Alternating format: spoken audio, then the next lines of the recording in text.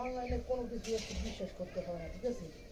Online থেকে আমি এই যে 1 প্যাকেট কোকোপিট ব্লক অর্ডার দিয়েছিলাম একটা পেজ থেকে, পেজের নাম উল্লেখ করলাম না। তো ওই কোকোপিট ব্লক অর্ডার দেওয়ার কারণে দিছি, তারপর এটা ভিজাইছি, ঠিক আছে? প্রসেস করতে হয় এটা আবার, ভিজে তারপর হচ্ছে অনেকক্ষণ রেখে দিতে হয়, তারপর কি করতে হয় মানে ভিজা পানিটা বের করে নিতে হয়, তারপর আবার আবার ই করতে হয়।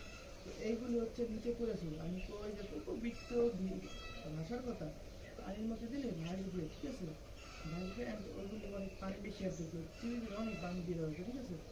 তো এগুলো দেখি নিচে পড়ে রয়েছে, মানে পানির তলায় পড়ে রয়েছে, আর অরিজিনাল যে কোকোপিট উঠে না, মানে অর্ধেকের থেকে বেশি এগুলো অরিজিনাল বেশি, অর্ধেকের থেকে বেশি হচ্ছে এগুলো দেখি নিচে পড়ে রয়েছে।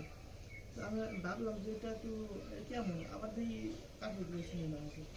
এখন স্মেল দেখি যে অর্ধেক কাঠের গুলো মিক্স করে, মানে 5 কেজি কোকোপিট অর্ডার দিয়েছি, এর মধ্যে অর্ধেকের বেশি কাঠের গুলো মিক্স করে, যে এগুলো যেগুলো সব দেখতেছেন সবগুলো কাঠের গুলো, এর মধ্যে 1% কোকোপিট নেই।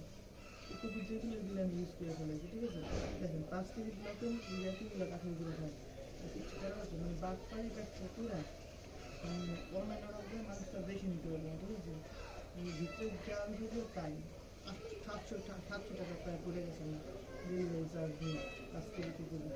এই অবস্থা দেখে যে কোথাও ইউজ করবো না, তারাই তো বুঝতেছে না। আর এগুলো কোনো কিছু করবে না, আর এগুলো পছন্দ করে